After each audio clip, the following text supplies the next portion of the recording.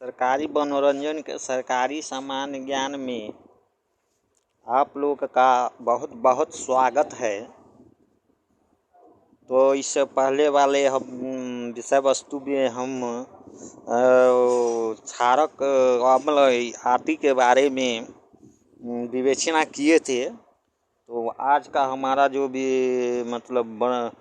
जो आज हम विषय वस्तु पर वर्णन करेंगे वह है लवण। इसे अंग्रेजी में साल्ट भी कहा जाता है। तो अम्ल और क्षारक रासायनिक क्रिया में एक दूसरे को संतुलित करते हैं और ऐसा यौगिक बनाते हैं जो न ही अम्ल होता है और न ही क्षारक। इस यौगिक को हम लोग लवण कहते हैं। मतलब कि अम्लों और क्षारकों के परस्पर क्रिया से बनने वाले रसायन को लवण कहते हैं। अम्ल और क्षारकों की विशेषता समाप्त करने वाली उनके उदासीनीकरण वाली उनके रासायनिक मिलन की इस क्रिया को उदासीनीकरण कहते हैं।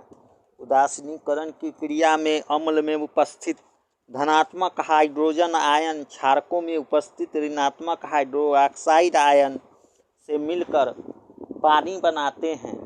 उदासीनीकरण अभिक्रिया में सदैव केवल लवण और जल ही बनता है। अब हम लोग देखते हैं कि लवणों के क्या क्या प्रकार होते हैं। लवणों की उत्पत्ति हम लोग जानते हैं कि लवणों की उत्पत्ति अम्ल और क्षारक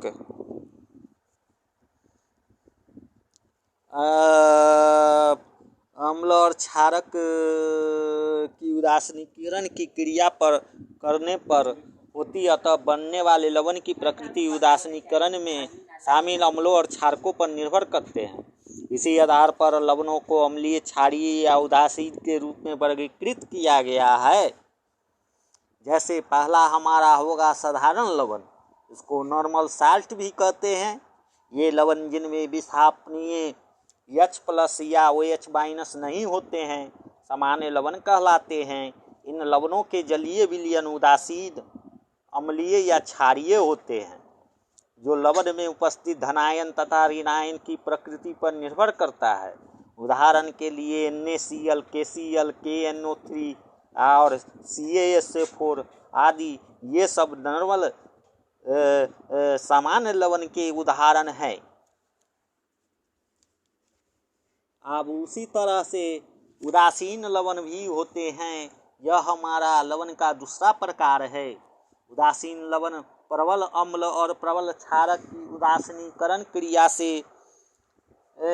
बनने वाला लवण उदासीन होता है।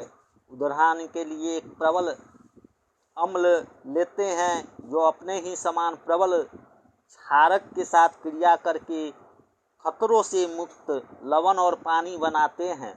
इसका एग्जाम्पल हम देख सकते हैं HCl + NaOH जो आपस में प्रक्रिया करके बनाते हैं NaCl और जल H2O।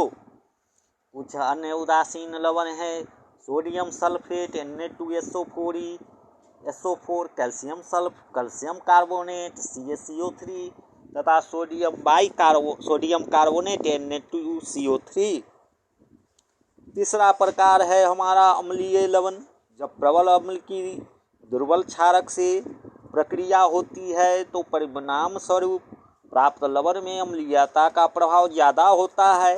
इसे लवण अम्लीय लवण कहलाते हैं। उदाहरण के लिए NH4Cl एक अम्लीय लवण है। उसी तरह से अमोनिया क्लोराइड NH4Cl का विलयन नीले लिटमस पेपर को लाल कर देता है और अमोनिया क्लोराइड भी एक अम्लीय लवण है। अतः यह एक अम्लीय लवण है। अम्लीय लवण के अन्य उदाहरण एल्यूमिनियम क्लोराइड AlCl3 और सोडियम बाइकार्बोनेट NaHO3 आदि भी है। अब हमारा चौथा प्रकार जो है वह है क्षारीय लवण। क्षारीय लवण जब प्रबल क्षारक और दुर्बल अम्ल की क्रिया होती है तो परिणाम स्वरूप प्राप्त लवण में क्षारीयता पाई जाती है। ऐसे लवण क्षारीय लवण कहलाते हैं। जैसे सोडियम एसीटेट CH3COONA क्षारीय लवण का एक अच्छा उदाहरण है। सोडियम एसीटेट का विलयन लाल लिटमस पेपर को नीले रंग में बदल देता है। क्षारीय लवण के अन्य उदाहरण सोडियम कार्बोनेट Na2CO3 और कैल्शियम हाइड्रोक्सी क्लोराइड CaOHCl है। पांचवा प्रकार हमारा मिश्रित लवण का है, जिसको मिक्स साल्ट भी कहते हैं। ऐसे लवण जिसमें एक से अधिक भास्मिक या अम्लीय मूलक उपस्थित हो मिश्रित लवण कहलाते हैं। जैसे सोडियम पोटेशियम सल्फेट NaKSO4, विरंजक चूर्ण CaOClCl2 आदि। छठा हमारा है द्विक या युग्म लवण, डबल साल्ट इसको कहते हैं। दो समान लवणों से निर्मित लवण को द्विक या युग्म लवण कहते हैं। इसमें रवा जल भी रहता है। द्विक लवण जल में घुलकर दो प्रकार की धातुएं आयन निर्माण करते हैं। जैसे मोहर लवण FeSO4 NH4 का ट्वाइस SO4 और .6H2O। उसी तरह से पोटास एलम जिसका रासायनिक सूत्र K2SO4 Al2SO4 का थ्राइस .24H2O होता है। और वह अंतिम हमारा जटिल या संकर लवण कॉम्प्लेक्स साल्ट। वैसे लवण जिसमें एक जटिल मूलक उपस्थित रहता है और जो घोल में भी अपना पृथक अस्तित्व बनाए रखता है, जटिल लवण कहलाता है। जैसे पोटेशियम फेरोसाइनाइड K4FeCN6 और पोटेशियम मर्क्यूरिक आयोडाइड K2HgI4 और डाईएमिनो क्लोराइड AgNH3 का ट्वाइस Cl, ये सब जो है जटिल लवण के अंतर्गत आते हैं।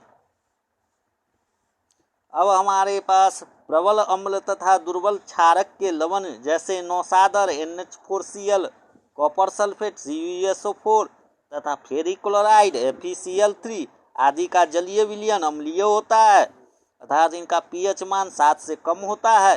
दुर्बल अम्ल तथा प्रबल क्षारक के लवण जैसे sodium carbonate NaCO3, sodium acetate CH3COONA आदि का जलीय विलयन क्षारीय होता है। प्रबल अम्ल तथा प्रबल क्षारक के लवण जैसे नमक NaCl, पोटेशियम सल्फेट K2SO4 आदि का जलीय विलयन उदासीन होता है, अर्थात इनका pH मान 7 होता है। NaKSO4 CaOCl Cl आदि।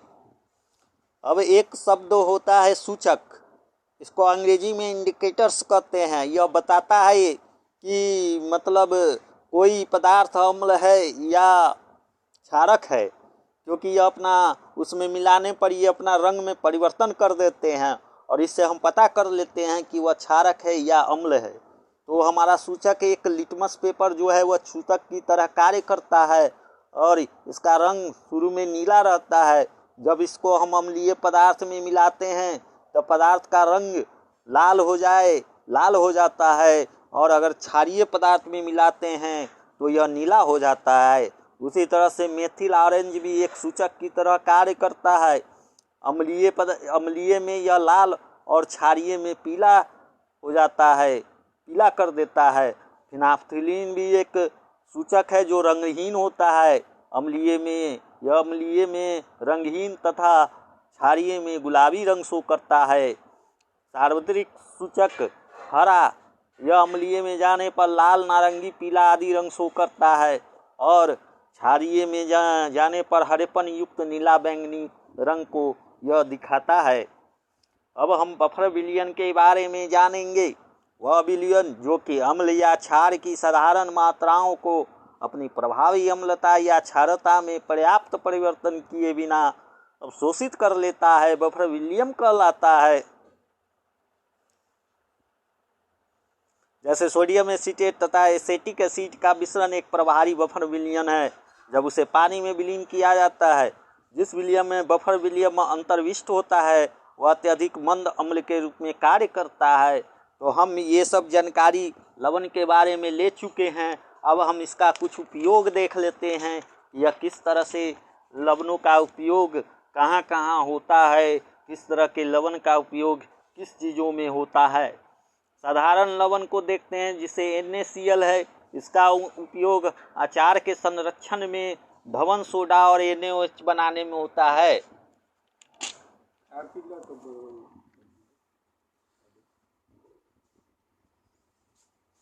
उसी तरह से सोडियम बाइकार्बोनेट NaHCO3, इसका उपयोग बेकिंग पाउडर में, दवाओं में प्रतिअम्ल के रूप में किया जाता है। उसी तरह धावन सोडा Na2CO3 10H2O, लॉन्ड्री में, डिटर्जेंट में, कास्टिक सोडा और अग्निशमन में इसका उपयोग होता है। पोटेशियम नाइट्रेट KNO3, ये जो है पोटेशियम नाइट्रेट KNO3 जो है यह पोटेशियम नाइट्रेट गन पाउडर, आतिशबाजी, कांच उद्योग तथा उर्वरक में इसका प्रयोग होता है। कॉपर सल्फेट CuSO4 कीटाणुनाशक, विद्युत लेपन, रंगाई और छपाई में होता है। पोटाश एलम कीटाणुनाशक, जल के शुद्धिकरण और औषधि निर्माण में भी इसका उपयोग होता है। उसी तरह K2SO4 Al2SO4 224H2O, potassium chlorate KClO3 का उपयोग माचिस उद्योग में किया जाता है। तो ये सब कुछ लवण थे जिनका विभिन्न उद्योगों और विभिन्न जगहों पर प्रयोग किया जाता है। तो आज का हमारा विषय वस्तु यहीं पर समाप्त होता है और अगले एपिसोड में हम एक नए विषय वस्तु के साथ फिर से आपके सामने प्रस्तुत होंगे। तब तक के लिए हम आपसे अलविदा लेते हैं।